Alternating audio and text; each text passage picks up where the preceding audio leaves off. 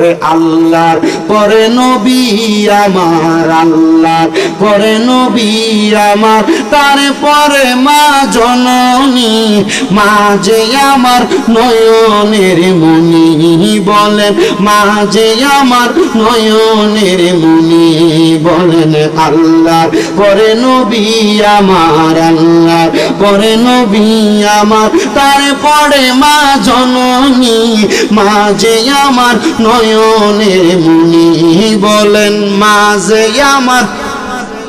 ওরে কত কষ্ট করলাম গো সন্তানের লাগিয়া, নিজে না খাইয়া মাগো সন্তান রে খাওয়াইলা, মাগো সন্তান রে খাওয়াইলা, তোমার জন্য কান্দে আমি ঝরে চোখের পানি, মাঝে আমার নয়নের মনি, বলে মাঝে আমার নয়নের মনি। কিন্তু এখানে এমন অনেক সন্তান আছে গত 1 বছরে মা বাবার কবরের সামনে দিয়ে দাঁড়াইছে কিনা সন্তান বলতে পারবে না। এমন অনেক সন্তান আছে গোরস্থানের কাছে গেলে আম্মা আব্বার কবর কোনটা চিনবে না। এমন অনেক সন্তান আছে এখান থেকে বাড়িতে যাওয়ার পর তাদের মারে দেখবে না, বাবারে দেখবে না। কিন্তু অনেক সন্তান এখানে আছে মা বাপরে ভাব দেয় না।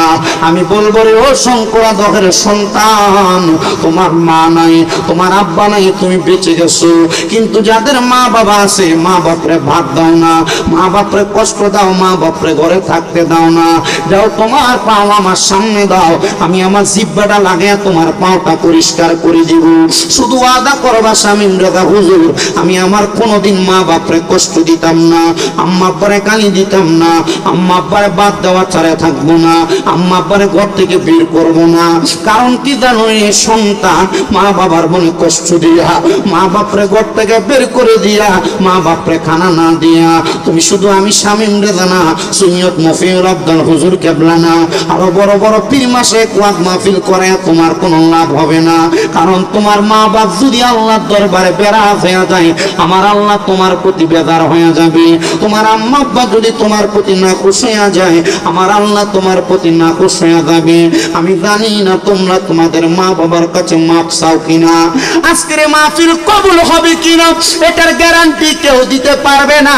তবে আমি একটা গ্যারান্টি দিয়া যাই, আগামীকালকে যদি শোনো এই শঙ্করা দখের কোন মুরব্বী দোকানে বৈশা বলে, হ্যাঁ শামীম রেজার ওয়াজ শুই না আমার সন্তান রাত্রবেলা আমার পায়ে ধরে মাপ চাইছে, মনে করবা মাহফিল আল্লাহর দরবারে কবুল হয়ে গেছে। অনেক সন্তান কই হুজুর আম্মা আব্বার পায়ে ধরে মাপ চামু দূরের কথা, আমি তো 2 ঈদের সময় মা বাবার পাশিরা সালামি করি না, সালাম করলে হুজুর শিরকের ফতুয়া, বেদাতের ফতুয়া। না রে না, আমার দিকে তাকা রে, আমি মাঝে মাঝে আমার আম্মা আব্বার পায়ে চুমা দিই, আমি মাঝে মাঝে আমার আম্মা আব্বার পায়ে চুমা দিই, আমার গুনাহ হয় না। কারণ আম্মা আব্বার পায়ের মধ্যে চুমা দিলে আল্লাহর জান্নাতের চৌকাঠে চুমা দেওয়ার সওয়াব পাওয়া যায়। আমি জানি না কোন সন্তান মা বাবার পায়ে চুমা দিছো কিনা, ওয়াদা করো মা বাবার পায়ে চুমা দিবা, মা বাবার পায়ে ধরে মাপ চাইবা। আম্মা আব্বার পায়ের কাছে শত সন্তান ছোট হইলে সন্তানের দাম কমে না, ইজ্জত কমে না, সন্তানের সম্মান কমে না। ও সন্তান, আমি তোমাদের কাছে আবদার জানাই, আম্মা আব্বার কাছে মাপ চাইবা, আম্মা আব্বার কাছে দোয়া চাইবা, আম্মা আব্বার পায়ে চুমা দিবা, আম্মা আব্বারে কষ্ট দিবা না, আম্মা আব্বারে খাওন করাতে দূরে রাখবা না, আম্মা আব্বারে বাড়ি থেকে বের করবা না। ও সন্তান, অনেকে চিন্তা করে হুজুর যাদের বাড়িতে মা বাবা আছে তারা বাড়িতে যায় মা বাবার পায়ে ধরে মাপ চাইবো। আমার তো মা নাই, আমি কার পায়ে ধরে মাপ চাইব? আমার তো আব্বা নাই, আমি কার পায়ে ধরে মাপ চাইব?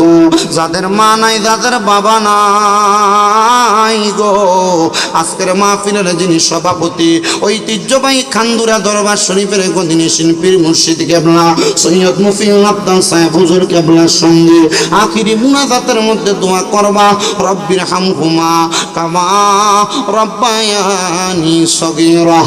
আল্লাহর নবী শিখায় উম্মত,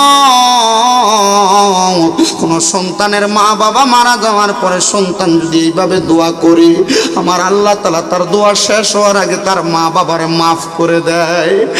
আর অনেক সন্তান কই হুজুর আমার টাকা পয়সার অভাব নাই গো, আমি কেমনে গো আমার মা বাবারে সম্মান করব, আমার তো মা দুনিয়াতে নাই, আমার তো আব্বা দুনিয়াতে নাই, আমি কেমনে আমার মা বাপরে সম্মান করব। ও সন্তান, মা বাপ যদি কবরে থাকে আল্লাহর কাছে শুধু দোয়া করবা, আল্লাহ যেন তোমার মা বাপরে মাফ করে দেয়। দোয়া শুধু তুমি তোমার মা বাপের জন্য করবা না, এই দোয়াটা করলে আল্লাহ তাআলা কবরবাসীর পক্ষ থেকে তোমার প্রতি রুহানি দোয়া দান করে। মা বাবার জন্য দোয়া করলে আপনারা বলেন লাভ আছে না নাই? আমি আমার রূপ লাবণ্য নিয়ে রাস্তায় বের হতে পারি না, জাহেলরা আমার রাস্তায় ডিস্টার্ব করে, আমার উপর তারা ইফটিজিং করে, আমারে তারা বাজে নজরে তাকায়। আমি 5 বছরের সন্তানটারে লইয়া আমি আমার ঘরের মধ্যে নামাজের মুসল্লায় গুনগুন গুনগুন করে কান্না করি। হযরত সৈয়দ আহমদ আলুসি রাহমাতুল্লাহ আলাইহি বলেন, আমার হুজুর বলে আমি আসরের নামাজ আদায় কইরা আমি হঠাৎ করে সুবহানাল্লাহর জিকির করতেছি। আমি যখন সুবহানাল্লাহর জিকির করি, জিকির করতে করতে আমার ধ্যান হয়ে গেছে, মানে মুরাকাবার হালত চলে আসছে। আমি ধ্যানের মধ্যে দেখলাম জিকির করতেছি, কিন্তু আমার জিকিরের মাঝখানে একটা মহিলার কান্নার আওয়াজ শোনা যায়। আমি চিন্তা করলাম কিরে এত জিকির করি, আমার জিকিরের মাঝখানে কোনো ব্যাঘাত ঘটে না, আজকে দিয়ে আমার জিকিরের মাঝখানে একটা মহিলার কান্নার আওয়াজ শোনা যায়। এই আমার শঙ্করাদহ এলাকার পর্দার অন্তরালের মা, তুমি গলার আওয়াজ দিয়া জিকির করা লাগবে না, তুমি যদি ঘরের কন্যারে বৈশা গোপনে গোপনে আমার মাওলারে তালাশ করো, 5 ওয়াক্ত নামাজ পড়া, তাহাজ্জুদের নামাজ পড়া, আওয়াজুল নামাজ, ইশরাকের নামাজ, তাসবিহের নামাজ পড়া, সালাতুল খায়রের নামাজ, সালাতুল হাজতের নামাজ, সালাতুল তাসবিহের নামাজ পড়া, আমার আল্লাহরে যদি মনে মনে স্মরণ করে দে, আমার আল্লাহ তাআলার নাম ওখানে তোমার ডাকটা যায় গাড়ি খাবে। কথা কোন না ঠিক কিনা? আল্লাহকে ডাকার জন্য মাইক ব্যবহার করা লাগবে না রে। কোন মুমিন বান্দা মুত্তাকি বান্দা যদি অন্তর দিয়া শুধু রুহুটা দিয়া অন্তরে শুধু আসতে বলে, এই আওয়াজ আমার আল্লাহর নাম ওখানে যায় কিনা, আমার আল্লাহ শোনে কিনা? আল্লাহকে ডাকতে বলে মাইক লাগেনি, আল্লাহকে ডাকতে হলে স্পিকার লাগে না, বড় কোনো সাউন্ড সিস্টেম লাগে না। কলবের জিকির করলে নফিয়াসপাতে আমার আল্লাহরে ডাক দিলে আমার আল্লাহ শুনতে পারে। হযরত সৈয়দ আহমদ আলুসি বলে, আমার হুজুর বলে, হে আমার ছাত্ররা শোনা, আমি প্রতিদিন জিকির করি, কিন্তু কোনোদিন আমার জিকিরের মধ্যে কোনো ডিস্টার্ব হয় না। ওই দিন আমি সুবহানাল্লাহ জিকির করতেছি, কিন্তু আমার জিকিরের মাঝখান দিয়ে আমার মুরাকাবার হালত তৈরি হয়ে গেছে। ওই মুরাকাবার হালতের মধ্যে আমি একটা মহিলা কণ্ঠে কান্না আর আওয়াজ শুনতেছি। আমি আবার 2 রাকাত নামাজ পড়িনা আল্লাহর কাছে আমি ধ্যান করতে লাগলাম, আর বললাম ও আল্লাহ গো, আমি তো শুনতে পাচ্ছি আমার জিকিরের মাঝখানে একটা মহিলার কান্নার আওয়াজ শোনা যায়। আল্লাহ কেন এমন কান্নার আওয়াজ শোনা যায়? আপনি একটা বার আমার একটু খবরটা দিয়া দেন।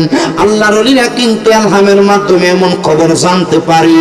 আপনার মুরিদরা হয়তো বা নাসিরনগর, ব্রাহ্মণবাড়িয়া, হবিগঞ্জ, মাধবপুর এলাকায় থাকেন, আপনার পীর যদি মক্কা মদিনায় থাকে, খোদার কসম পীর মাসে একটা মুরাকাবা মুশাহাদার হালতে মুরিদ কোন হালতে কি করে পীর হুজুর কেবলা যদি হক্কানি হয় সে খবরও জানে।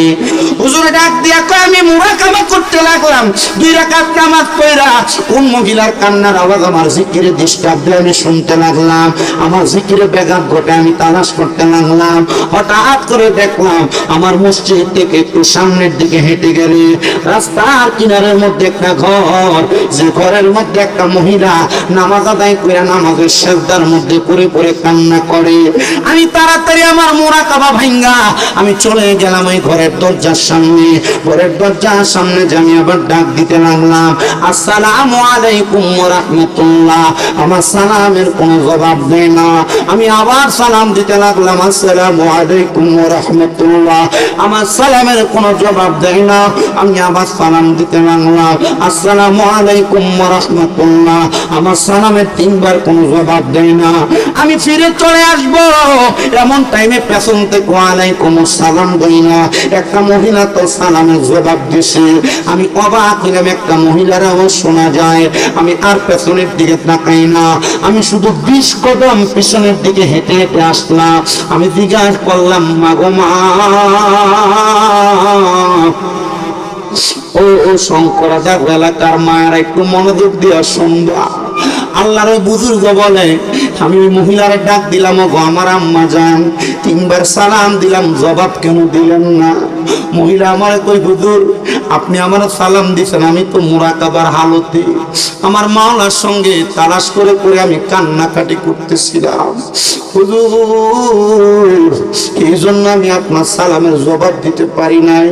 হুজুর বলে, মা আপনি যে একজন কামেল মহিলা আমি কিন্তু বুঝতে পারছি। আপনি কান্না করছেন আপনার ঘরে, আপনার কান্নার আওয়াজ আমার জিকিরের মধ্যে ব্যাঘাত ঘটাইতেছে। চিন্তা করছেন নি মসজিদ কোন জায়গায়, মহিলার ঘর কোন জায়গায়, হুজুর জিকির করে কোন জায়গায়, ব্যাঘাত ঘটায় কোন জায়গা তাইকা? ও মা আপনি কেন কান্না করেন গো? আপনার কান্নার আওয়াজ আমার আল্লাহর আরশ পর্যন্ত পৌঁছায় গেছে। চিন্তা করছেন নি রে বাবা? আপনি কেমন মানুষ, দোয়া করেন কবুল হয় না, কিন্তু একটা মহিলা মানুষ মুরাকাবা কইরা কান্না করে, তার কান্নার আওয়াজ আল্লাহর লামকানের মধ্যে দিয়ে পৌঁছায় গেছে। কেমন কামেল হয়ে গেছে? এমন কামেল তো আমরা হইতে পারি না। ওরে কলব জিন্দা হয়ে যাবে, মাবুদের দিদার পাবে। কলব জিন্দা হয়ে যাবে, মাবুদের দিদার পাবে। আরে নিজের রূপ দেখিয়া নিজে হবি দিওয়ানা, নিজের রূপ দেখিয়া নিজে হবি দিওয়ানা। ঘুমাইও না মায়ার ঘুমে আখের জামানা। এক পাগলা কই গুজরা এলাকায় মাছ ভান্ডারের কয়েকটা মুড়ি আছে, একটু গায়ে। ওরে মাছ ভান্ডারে উঠেছে তাওহীদের নিশানা, আরে মাছ ভান্ডারে উঠেছে তাওহীদের নিশানা। আরে ঘুমাইও না মায়ার ঘুমে আখের জামানা, আখেরি জামানা। ওরে খেদমতে হো ইলে দাখিল, এলমে লাদুন হবে হাসিল। খেদমতে হো ইলে দাখিল, এলমে লাদুন হবে হাসিল। দুষ্ট দুশ্মনের সমান হবে কিসের ভাবনা? ঘুমাইও না মায়ার ঘুমে আখের জামানা, আখেরি জামানা। জবান খুলে ছেড়ে দিয়ে জোরে বলেন আল্লাহু আকবার। ওই মহিলা কই, হুজুর আমি কেন কান্না করি জানেন? বলে কেন? বলে আমার স্বামী আমার কাছে একটা সন্তান দিয়ে গেছে, যার বয়স 5। হুজুর আমি আমার সন্তান দ্বারা আলেমী দ্বীন বানানোর জন্য আমার স্বামী আমার ওসিয়ত করছে। আমি তো আমার সন্তান দ্বারা আলেমী দ্বীন বানানোর মতো আমার কোনো যোগ্যতা নাই, টাকা নাই, করি নাই, পয়সা নাই, আমি কেমনে বানাবো? হুজুর কয়, মা আমি বুঝতে পারছি কেন আপনার জিকির আমার জিকিরের মধ্যে ব্যাঘাত ঘটে, আপনার কান্না। দেন আপনার সন্তান দ্বারা আপনি আমার কাছে দিয়া দেন। মারহাবা। হুজুর বলছে আপনার সন্তান দিয়া দেন। হুজুরের কথা মোতাবেক সন্তান দিয়ে দিছে, 5 বছরের লালন পালন করবে। হুজুর বলে এরপর দিন থেকে আমি যতবার মুরাকাবা করছি আমার মুরাকাবায় কোনো ব্যাঘাত ঘটে নাই। কিন্তু কারণ কি? কারণ এই মহিলার টেনশন যেটা ছিল, এই টেনশন এখন আমার কাছে। মারহাবা কন্যা। একটা সন্তান মা বাবার টেনশন, একটা সন্তান মা বাবার আবেগ, একটা সন্তান মা বাবার ভালোবাসার জায়গা। সন্তান অসুস্থ হয়ে গেলে মা বাবার কলিজা সিরা জায়গা।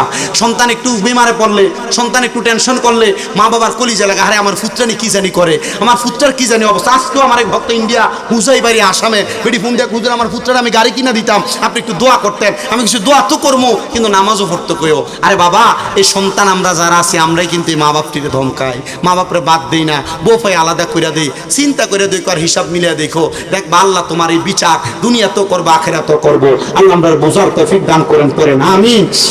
বাবারা শুনেন, হযরত সৈয়দ আহমদ আলুসির উস্তাদ বলে আমিও ছাত্রটারে আমার বাড়িতে আনলাম। আমি তার মাত্র 6 বছর বয়স 6 বছর বয়সে কোরআনুল কারীম মুখস্থ করে আর কোরআনে হাফেজ বানিয়ে ফেলছি। মারহাবা কইলেন না? আমি তারে কোরআনে হাফেজ বানিয়ে ফেলছি।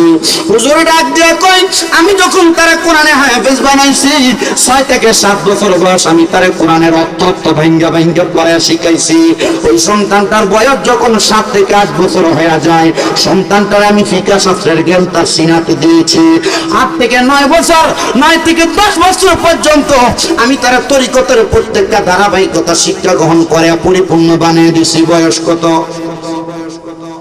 কিন্তু তরিকত শরীয়ত সব বিষয়ে পারদর্শী হয়ে গেছে। হক্কানি পীর চাইলে বানাইতে পারে কিনা? হক্কানি পীরের সোহবতে ততদিন থাকা লাগবে। কিন্তু বর্তমান সমাজের মধ্যে আমরা বহুত ভাবে কয় মা বাপ বেঁচে থাকতে আবার পীর ধরবা কি লাগা? মা বাপ হইতো বড় পীর বলে না হুজুর? এগুলা অ্যাভেলেবেল বলতেছে। মা বাপ বেঁচে থাকতে পীর ধরবা কেন? মা বাপ হইতো বড় পীর। আরে বেটা বুঝো, মা বাপ আমার দুনিয়া শিখাইবো, হক্কানি পীর যারা তারা আমাদেরকে আখিরাত শিখাবে। ঠিক কি না? এটা আমাদেরকে মানতে হবে, জানতে হবে, বুঝতে হবে। শুধু ফতোয়াবাজি করলেই চলবে না। কারণ আল্লাহ তাআলাকে পাওয়ার জন্য, রাসূলের ইতাআত করার জন্য উলিল আমরি মিনকুম কোরআনের আয়াত বলে উলিল আমর যারা তাদের অনুসরণ করো। উলিল আমর তো তারা যারা হক্কানি ব্যক্তি বুজুর্গানি দিন। কথা বলেন ঠিক কি না? হযরত সৈয়দ আহমদ আলুসির উস্তাদ বলেন আমি ছেলেটারে 10 বছরে পরিপূর্ণ বানাইছি। ছেলেটা এই 5 বছর বয়স থেকে 10 বছর পর্যন্ত কোনদিন তার আম্মা জানের সাথে সাক্ষাৎ করতে যায় নাই। তার আম্মা জান তার কাছে আসছে সাক্ষাৎ করার জন্য। 10 বছর পরিপূর্ণ হওয়ার পরে এই সন্তান বলে আমি আমার বাড়িতে প্রবেশ করলাম। আমার বাড়ির মধ্যে যে আমি আমার মাকে ডাক দিলাম, আমার আম্মা জান আমার সামনে যখন আগমন করেছি আমি বললাম ওগো আমার আম্মা জান আমি কোরআনুল কারীম মুখস্থ করেছি, তাফসীরের ইলম অর্জন করেছি, ফিকহের ইলম অর্জন করেছি। মা গো আমি শরীয়ত এবং তরিকতের ধারাবাহিকতা বুঝেছি। তুমি বলো না এখন কি তোমার মনে আমার প্রতি কোনো চাহিদা আছে কিনা? মা ডাক দিয়া কয় ও আমার সন্তান, তোমার যেহেতু হযরত সৈয়দ আহমদ আলুসির উস্তাদ শরীয়ত এবং তরিকতের ইলম শিক্ষা দিয়া দিছে, কোরআন হাদিসের ইলম শিক্ষা দিছে, আব্বারে যাও না এবার তুমি তোমার আব্বার কবরটার সামনে যাও। আব্বার কবরটার সামনে যাও, তুমি তোমার হাতটা বাড়ায়া দিয়া রব্বির হামহুমা কামা রব্বায়ানি সগীরা বলে একটু দোয়া করো। মা গো কেন গো? বলে তোমার আব্বা জান ইন্তেকাল করার সময় আমার বলছি কোন মা বাবা যদি তার সন্তানকে আলেমী দিন বানায় অথবা কোন মা বাবার ইন্তেকালের পরে ওই মা বাবার কোন সন্তান যদি মা বাবার কবরের সামনে যাইয়া পশ্চিমটারে পিছিয়ে দিয়া মা বাবার মুখ বরাবর দাঁড়াইয়া রব্বির হামহুমা কামা রব্বায়ানি সগীরা বলে দোয়া করে, ওই সন্তানের চোখের মনি কোঠায় যদি একটা মাছির মাথা পরিমাণ পানি ছেড়ে দিয়ে কান্দে, ওই পানি মাটিতে পড়ার আগে আমার আল্লাহ তার মা বাবার জীবনের গুনাহ মাফ করে দেয়। জোরে বলেন আল্লাহু আকবার। ওই মা ডাক দিয়া বলে সন্তান, হে সন্তান যাও তুমি তোমার আব্বা জানের কবরের সামনে চলে যাও। সন্তান বলে আমি আমার আম্মার আদেশটাকে ফেলতে পারলাম না, আমি ডাইরেক্ট আমার মায়ের কথা মোতাবেক আমার আব্বার কবরের সামনে আমি কবরস্থানের সামনে যে কান্না করতে লাগলাম আর দোয়া করতে লাগলাম রব্বির হামহুমা কামা রব্বায়ানি সগীরা। আমি বাড়িতে চলে আসলাম, আমার আম্মা জানকে বললাম মা গো আমি আমার আব্বার জন্য দোয়া করেছি। ওই মা ডাক দিয়ে কয় বাবা তাহলে চলো না তোমার আব্বা কেমন আছে একটু আমরা দেখি। আচ্ছা কোন তো বাবা মারা গেছে আরো 5 বছর আগে, মা বলতেছে আব্বা কবরে কেমন আছে আমরা একটু দেখি চলো। দেখবো কেমনে রে বাবারা? দেখার জন্য তো এমন একটা সম্পদ এমন একটা পাওয়ার অর্জন করা লাগবে। কথা কন্যা ঠিক কিনা? ওরে কি পাওয়া অর্জন করছে জানো? কি পাওয়ার অর্জন করছে জানো? মা কয় বাবা চলো আমরা 2 রাকাত নামাজ আদায় করি। ওই নামাজের অন্য কোনো নামাজ না, ওই নামাজটার নাম হলো সলাতুল হাজতের নামাজ। 2-4 রাকাত নামাজ আদায় করা লাগে। ওই হাজতের নামাজের সিজদার মধ্যে যায়া সুবহান রাব্বিয়াল আলা বলার পরে আপনার যে হাজত আছে যে প্রয়োজন আছে ওই প্রয়োজনের কথা সিজদার ভিতরে বাংলা ভাষায় আল্লাহর কাছে বলা লাগে। বিদেশ যাইতে পারো না, সালাতুল হাজতের নামাজ পড়ে আল্লাহর কাছে বইল, আল্লাহ আশা পূরণ করব। বহুত মহিলা আসে করবে, সন্তান হয় না। আমি বলবো মা গো সালাতুল হাজতের নামাজ পড়ো। বহুত বেড়া আছে ব্যবসা করে, বরকত হয় না। সালাতুল হাজতের নামাজ পড়ো। অনেক ছেলেরা আছে বিবাহ করবে, বউডা লইয়া ভালোভাবে সংসার করতে পারবে কিনা জানে না। আমি বলবো সালাতুল হাজতের নামাজ পড়ো, দেখবা তোমার মনের আশাগুলা পূরণ হয়ে যাবে, দেখবা তোমার হাজত পূরণ হয়ে যাবে। ওই ছেলেটার মা সালাতুল হাজতের নামাজ পড়া আল্লাহর দরবারে কান্দে, আল্লাহ 5 বছর হয়ে যায় আমার কলিজার টুকরা স্বামী ইন্তেকাল করেছে। তোমার নবীনা বলেছে কোন স্বামী মারা যাওয়ার পর কোন স্ত্রী যদি ওই স্বামীকে মাফ করে দেয়, তুমি আল্লাহ তারে মাফ করে দাও। স্ত্রী স্বামীকে ভালো বললে তুমিও স্বামীটারে ভালো বলে কবুল করো। অনুরূপ ভাবে কোন স্ত্রী যদি মারা যায়, স্বামী যদি বউটারে ভালো কয়, আল্লাহ তুমি তারে ভালো কও। স্ত্রী মারা যাওয়ার পর স্বামী যদি ওই স্ত্রীরে মাফ করে দেয়, তুমি আল্লাহ তারে মাফ করে দাও। আল্লাহ গো আমার স্বামীটা মারা গেছে 5 বছর, ওসিয়ত করছে ছেলেকে আলেম বানানোর জন্য বানাইছি। আল্লাহ গো সালাতুল হাজতের নামাজ পড়া তোমার কাছে এত দোয়া করি, এত কান্দি, তুমি একটাবার কও না আমার স্বামীটা কবরে কেমন আছে। বন্ধুরে আমার, ও আমার শঙ্করা দহ এলাকার পর্দার অন্তরালের মা, মুরব্বী বাবা, ছোট ছোট মাসুম বাচ্চারা, যুবক নওজোয়ানের একটু মনোযোগ দিয়ে শোনো। মহিলাটা কান্না করতে করতে যখন এভাবে আল্লাহর কাছে আবদার করে, ওই মহিলাটা কিছুক্ষণ পরে আল্লাহু আকবার বলে একটা চিৎকার দিছে। ওই ছেলে ডাক দিয়া কই, যখন আমার মা আল্লাহু আকবার বলে চিৎকার দিছে, আমি আমার মার সামনে গেলাম, আমার মারে ধরে দেখলাম আমার মা কোনো নিঃশ্বাস ফেলে না। আমার মাও নামাজের সিজদার ভিতরে ইন্তেকাল করছে। করেন ইন্না লিল্লাহি ওয়া ইন্না ইলাইহি রাজিউন। একটা জবানও বন্ধ নাই, জোরে পড়েন ইন্না লিল্লাহি ওয়া ইন্না ইলাইহি রাজিউন। এত আস্তে পড়েন না, জবান খুলে জোরে পড়েন ইন্না লিল্লাহি ওয়া ইন্না ইলাইহি রাজিউন। ওই সন্তানের মা যখন ইন্তেকাল করছে, সন্তান বলেন জগৎবাসী আমার মাও নাই, আমার আব্বাও নাই, আমি আমার মা বাবার জন্য দোয়া করতে লাগলাম। সন্তান কিন্তু কয়েকটা বিষয়ে পারদর্শী। 1 নাম্বার কোরআনে হাফেজ, 2 নাম্বার কোরআনে তাফসির জানে, শরীয়তের ইলমও আছে, তরিকত হাকিকত মারফতের ইলমও আছে। ওই ছেলে বলে আমার মায়ের ইন্তেকালের পরে আমি মুরাকাবা করতে লাগলাম আল্লাহর দরবারে।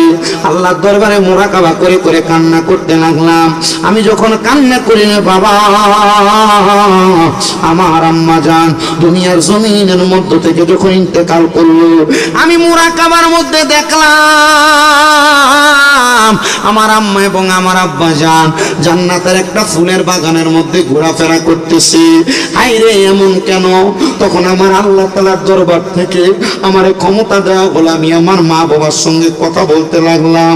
ও মা গো, আপনাদের এমন কেন অবস্থা? আমার মা বাবা মানে জবাব দেয় একটাই মাত্র কারণ, তোমার মতো একটা নেককার সন্তান দুনিয়াতে রেখে আসছি, এই জন্যই না আমার আল্লাহ তাআলা আমরা মা বাপরে কবরে ভালো রাখছি। আজকের মাহফিল যারা করাইতেছে দুলাল মিয়া, বাবুল মিয়া, ইউসুফ মিয়া, তারাই তো নাকি? দুলাল মিয়া, বাবুল মিয়া, ইউসুফ মিয়া, আম্মা আব্বা তারা দুনিয়াতে বেঁচে আসেনি, মাও নাই বাবাও নাই। আল্লাহর নবীজির ওই আশেকটা যদি দুনিয়াতে ভালো আর হক্কানি হওয়ার কারণে তার মা বাবার আল্লাহ মাফ করে জান্নাতের ফুলের বাগানে ঘুরাইতে পারে, আপনারা বলেন দুলাল মিয়া, বাবুল মিয়া, ইউসুফ মিয়ারও যদি মা বাপ দুনিয়াতে না থাকে, এরাও যদি এমন একটা নেক জান্নাতের মাহফিল সাজায়, আল্লাহ চাই এদের মা বাপের কবরে মাফ রাখতে পারে কি পারে না? বলে হুজুর আমরা করতে পারি না, এত সম্পদ নাই। আপনারা যারা মাহফিলে আসছেন, আপনারা বলেন সন্তানেরা আপনারা মাহফিলে আসার উসিলে আপনাদের মা বাপরে আল্লাহ মাফ করতে পারে। ওই সন্তান বলে আল্লাহ একটা নেক সন্তানের কারণে যদি তুমি তার মা বাপরে মাফ করে দিতে পারো, আল্লাহ গো আমি এখন পৃথিবীতে সব সন্তানদের কাছে ঘুরে ঘুরে বলবো, তোমাদের যাদের মা নাই বাবা নাই, তোমরা আল্লাহর দরবারে বেশি বেশি নেক কাজ করো, আমার আল্লাহ তোমাদের মা বাপরে মাফ করে দিবে। কিন্তু এখানে এমন অনেক সন্তান আছে গত 1 বছরে মা বাবার কবরের সামনে দিয়ে দাঁড়াইছে কিনা সন্তান বলতে পারবে না। এমন অনেক সন্তান আছে গোরস্থানের কাছে গেলে আম্মা আব্বার কবর কোনটা চিনবে না। এমন এমন অনেক সন্তান আছে রে, এখান থেকে বাড়িতে যাওয়ার পর তাদের মারে দেখবে না, বাবারে দেখবে না, কিন্তু অনেক সন্তান এখানে আছে মা বাপরে ভাত দেয় না। আমি বলবো রে ও শঙ্করা দহের সন্তান, তোমার মা নাই, তোমার আব্বা নাই, তুমি বেঁচে গেছো, কিন্তু যাদের মা বাবা আছে মা বাপরে ভাত দাও না, মা বাপরে কষ্ট দাও, মা বাপরে ঘরে থাকতে দাও না। যাও তোমার পাও আমার সামনে দাও, আমি আমার জিহ্বাটা লাগিয়ে তোমার পাওটা পরিষ্কার করে দিব। শুধু আদা করবা স্বামী দাদা হুজুর, আমি আমার কোনোদিন মা বাপরে কষ্ট দিতাম না, আম্মা আব্বারে গালি দিতাম না, আম্মা আব্বারে বাদ দেওয়া ছাড়া থাকবো না, আম্মা আব্বারে ঘর থেকে বের করবো না। কারণ কি জানো, এই সন্তান মা বাবার মনে কষ্ট দিয়া, মা বাপরে ঘর থেকে বের করে দিয়া, মা বাপরে খানা না দিয়া, তুমি শুধু আমি স্বামী রেজা না, সুনিয়ত মফিউল আব্দাল হুজুর কেবলা না, আরো বড় বড় পীর মাসে ওয়াজ মাহফিল করে তোমার কোনো লাভ হবে না। কারণ তোমার মা বাপ যদি আল্লাহর দরবারে বেরাজ হয়ে যায়, আমার আল্লাহ তোমার প্রতি বেজার হয়ে যাবে। তোমার আম্মা আব্বা যদি তোমার প্রতি নাখুশ হয়ে যায়, আমার আল্লাহ তোমার প্রতি নাখুশ হয়ে যাবে। আমি জানি না তোমরা তোমাদের মা বাবার কাছে মাপ চাও কিনা, আজকের মাহফিল কবুল হবে কিনা এটার গ্যারান্টি কেউ দিতে পারবে না, তবে আমি একটা গ্যারান্টি দিয়া যায়, আগামীকালকে যদি শোনো এই শঙ্করা দখের কোনো মুরব্বী দোকানে বৈশা বলে, হ্যাঁ শামীম রেজার ওয়াজ শুই না আমার সন্তান রাত্রবেলা আমার পায়ে ধরে মাপ চাইছে, মনে করবা মাহফিল আল্লাহর দরবারে কবুল হয়ে গেছে। অনেক সন্তান কই হুজুর আম্মা আব্বার পায়ে ধরে মাপ চামু দূরের কথা, আমি তো দুই ঈদের সময় মা বাবার পাশিয়া সালামি করি না, সালাম করলে হুজুর শিরিকের ফতুয়া, বেদাতের ফতুয়া। না রে না, আমার দিকে তাকা রে, আমি মাঝে মাঝে আমার আম্মা আব্বার পায়ে চুমা দিই, আমি মাঝে মাঝে আমার আম্মা আব্বার পায়ে চুমা দিই, আমার গুনাহ হয় না, কারণ আম্মা আব্বার পায়ের মধ্যে চুমা দিলে আল্লাহর জান্নাতের চৌকাঠে চুমা দেওয়ার সওয়াব পাওয়া যায়। আমি জানি না কোন সন্তান মা বাবার পায়ে চুমা দিছো কিনা, ওয়াদা করো মা বাবার পায়ে চুমা দিবা, মা বাবার পায়ে ধরে মাপ চাইবা। আম্মা আব্বার পায়ের কাছে শত সন্তান ছোট হইলে সন্তানের দাম কমে না, ইজ্জত কমে না, সন্তানের সম্মান কমে না। ও সন্তান, আমি তোমাদের কাছে আবদার জানাই, আম্মা আব্বার কাছে মাপ চাইবা, আম্মা আব্বার কাছে দোয়া চাইবা, আম্মা আব্বার পায়ে চুমা দিবা, আম্মা আব্বারে কষ্ট দিবা না, আম্মা আব্বারে খাওন করাতে দূরে রাখবা না, আম্মা আব্বারে বাড়ি থেকে বের করবা না। ও সন্তান, অনেকে চিন্তা করে হুজুর যাদের বাড়িতে মা বাবা আছে তারা বাড়িতে যায় মা বাবার পায়ে ধরে মাপ চাইব, আমার তো মা নাই, আমি কার পায়ে ধরে মাপ চাইব, আমার তো আব্বা নাই, আমি কার পায়ে ধরে মাপ চাইব। যাদের মা নাই, যাদের বাবা নাই গো, আজকের মাহফিলের যিনি সভাপতি ঐতিহ্যবাহী খান্দুরা দরবার শরীফের গদিনী শিল্পীর মুর্শিদ কেবলা সৈয়দ মুফিউল আব্দাল সাহেব হুজুর কেবলার সঙ্গে আখিরি মুনাজাতের মধ্যে দোয়া করবা, রব্বির হামহুমা কামা রব্বায়ানি সগীরা। আল্লাহর নবী শিখায় উম্মত,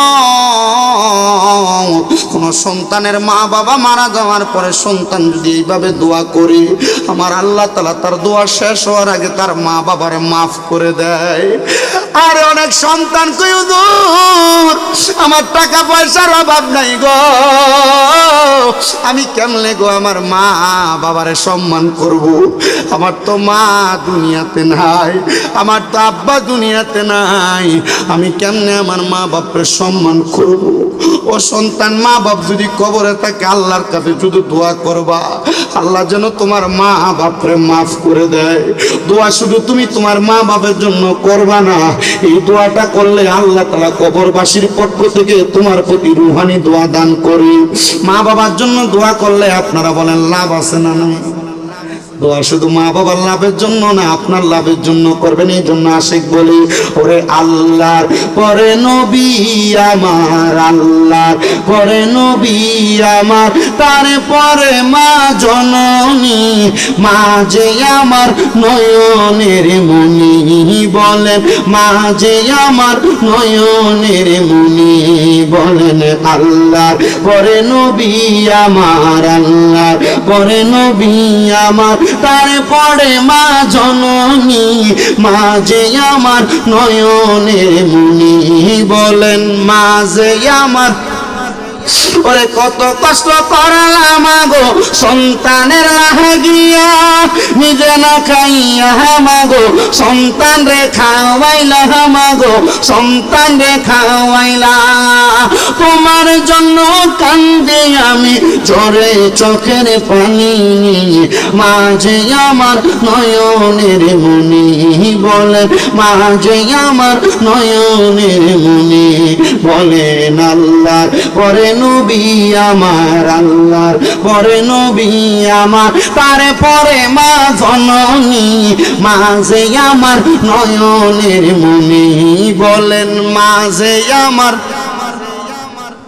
ওরে ছেলে যদি যাই গো মারা বিদেশের বাড়িতে, পশু পাখি না জানিতে আগে জানে মায়ে বাইরে, আগে জানে মায়ে। সন্তানের লাগিয়া মায়ের জ্বরে চোখের পানি, মাঝে আমার নয়নের মনি। বলেন মাঝে আমার মেরে মুনি। বলেন আল্লাহর পরে নবী আমার, আল্লাহর পরে নবী আমার, তারে পরে মা জননী, মাঝে আমার। তাহলে আপনারা বলেন, আমি যতগুলা বিষয়ে কথা বললাম প্রত্যেকটা বিষয় আমাদের জীবনে বাস্তবায়ন করার দরকার আছে কিনা? এই ওয়াজ যে করলো দুলাল মিয়া, মোহাম্মদ বাবুল মিয়া, মোহাম্মদ ইউসুফ মিয়া, এই ওয়াজ মাহফিল করানোর পরেও যদি এলাকায় কোনো সন্তান মা বাপরে কষ্ট দেয়, ওয়াজ করে কি লাভ হইল ভাই? ওয়াজ করে কি কোনো লাভ হইল? তাহলে আমি আপনাদের কাছে আমার এই ওয়াজের ধারাবাহিকতা এতটুক চাই গেলাম, আম্মা আব্বার পায়ে ধরে মাপ চাইবেন, অসুবিধা হবে? আম্মা আব্বার পায়ে সুমা দিবেন, গুণ হইব? শিরিক হইব? বেদাত হইব? শিরিক বেদাতের সব গুণ আমারে দেলাইও, যদি আম্মা আব্বার পায়ে সুমা দিলে গুণা হয় কেউ করে, ঠিক কিনা? আমি শেষবেলা হুজুরে দেওয়ার আগে একটা আব্বারে স্মরণ করে মার হক তো আদায় করছি, বাপরে স্মরণ কইরা একটা নাত রাসূল পইরা ফেল। হ্যাঁ কি বলেন? ও আচ্ছা, একটা গজলের কথা কইছো। আবার আরেকটা দোয়া আছে, সাবেক চেয়ারম্যান দেওয়ান আতিকুর রহমান আকি, ওনার মেয়ে অসুস্থ, মেয়ের জন্য দোয়া চাইছে, আল্লাহ যেন ওনার মেয়েকে মাফ করে দেয়। মাহমুদ হাসান 7 নং ওয়ার্ড মেম্বার পদপ্রার্থী, সবার কাছে দোয়া চাইছে। আরে এটা দোয়া যদি তোরা 500 টাকা করে হাদিয়েও দিত মেম্বার চেয়ারম্যান দি, তাহলে আমি কতলা টাকা হাদিয়া পাইলাম হইলে। এরা হাদিয়ে ছাড়া দোয়া খোঁজে, ফিসাবরের কাছে হুজুরের কাছে দোয়া টোয়া খুঁজলে মাঝে মাঝে হাদিয়া দিয়ে ওই দোয়া খুঁজছো, এমনি দোয়া খুঁজছো না, হুদা মুহে সিরা ভিজে না, ভাই গেছে গা যাইতো না। আল্লাহ আমরা কবুল করুক, জোরে বলেন আমিন। তো বাবার যেহেতু একটা হক আছে, একটু বাবার হকের জন্য হুজুর ওই লেখকে আবার আরেক বছরের লেগে দিয়ে রাখছে। তাহলে আলহামদুলিল্লাহ পড়েন। আমি মাইক ছাড়ার আগে এই দুইটা গজল শেষ করে দিয়ে চলে যাই, অল্প অল্প করে একটু গাই। ভালোবাসি তোমায় বাবা, বুকটা যে যাইছি রে, তোমার কথা হৃদয় মাঝে পড়ছে বারে বারে। ভালোবাসি তোমায় বাবা, বুকটা যে যাইছি রে, তোমার কথা হৃদয় মাঝে পড়ছে বারে বারে। বাবা গো হো বাবা, বাবা গো হো বাবা, ওরে দরজাটা খুলতে খেয়ে যাই ঢোকা, বাবা বুঝি বলছে এলে নাকি খোকা। বুকের ভিতরটা লড়ে চড়ে ওঠে, সবাই আছে শুধু বাবা নেই, শুধু বাবা নেই, শুধু বাবা নেই,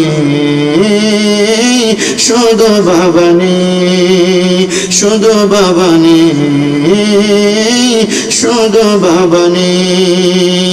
এক নাম তোমার ফাতেমা, আর কে নাম বোতল বলো? এক নাম তোমার ফাতেমা, আর কে নাম বোতল? তুমি আওলাদে রাসূল মাগো, আওলাদে রাসূল, তুমি আওলাদে রাসূল মাগো, আওলাদে রাসূল, তুমি আহলে বায়াত মাগো, আহলে বায়াত। তোমার জন্য নাযিল হলো কোরআনের আয়াত, তুমি আহলে বায়াত মাগো, আহলে বায়াত। তোমার জন্য তোমাদের জন্য কোরআনের আয়াত। আরে তোমরা সবাই মিলে নবী বাগের ফুল বলেন, তোমরা সবাই মিলে নবী বাগের ফুল, তুমি আওলাদে রাসূল মাগো আওলাদে রাসূল, তুমি সরদারে জান্নাত মাগো সরদারে জান্নাত।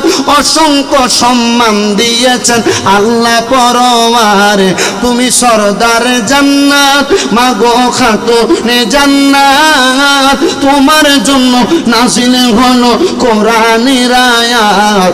আরে তোমরা সবাই মিলে নবী বাগের ফুল, আওলাদে রাসূল মাগো আওলাদে রাসূল। আল্লাহ যেন আমাদেরকে আহলে বাইতে রাসূল, আওলাদে রাসূল, আউলিয়া কেরামদের অনুকরণের মাধ্যমে দুনিয়া এবং আখেরাতে তারাক্কি দান করে পড়েন আমিন। আপনাদের কাছে আমি 3টা দোয়া চাই। 1 নাম্বার, আপনারা আমার আম্মা যেন সুস্থ দোয়া করবেন। 2 নাম্বার, আপনাদের দোয়ায় কুমিল্লাতে আমার কয়েকটা মাদ্রাসা আছে, আমার মাদ্রাসার ছাত্র শিক্ষক অভিভাবকদের জন্য দোয়া করবেন, তারাও সবসময় আপনাদের জন্য দোয়া করে। 3 নাম্বার, যত ওলামায়ে কেরাম কোরআন সুন্নাহর কথা বলে তাদের জন্য আপনারা একটু বেশি করে দোয়া করবেন তো ইনশাআল্লাহ। আপনাদের কাছে সেই দোয়া রাখি, দোয়া কামনা করি। আমি একটা মাহফিল মনে হয় আগামী নভেম্বর বা ডিসেম্বরে জেঠাগ্রাম কোথায় দিকে জেঠাগ্রাম একটা মাহফিল রাখছি, ইনশাআল্লাহ আসতে কখনো আপনাদের সাথে দেখা হবে, কথা হবে, বয়ান হবে। আল্লাহ যতটুকু আলোচনা করছি ততটুকু আলহামদুলিল্লাহ। হুজুর কেবলা কিয়ামের কথা বলছেন, যেহেতু কিয়াম করে দেওয়ার জন্য সবাই আমার সাথে বলেন আল্লাহ আল্লাহ।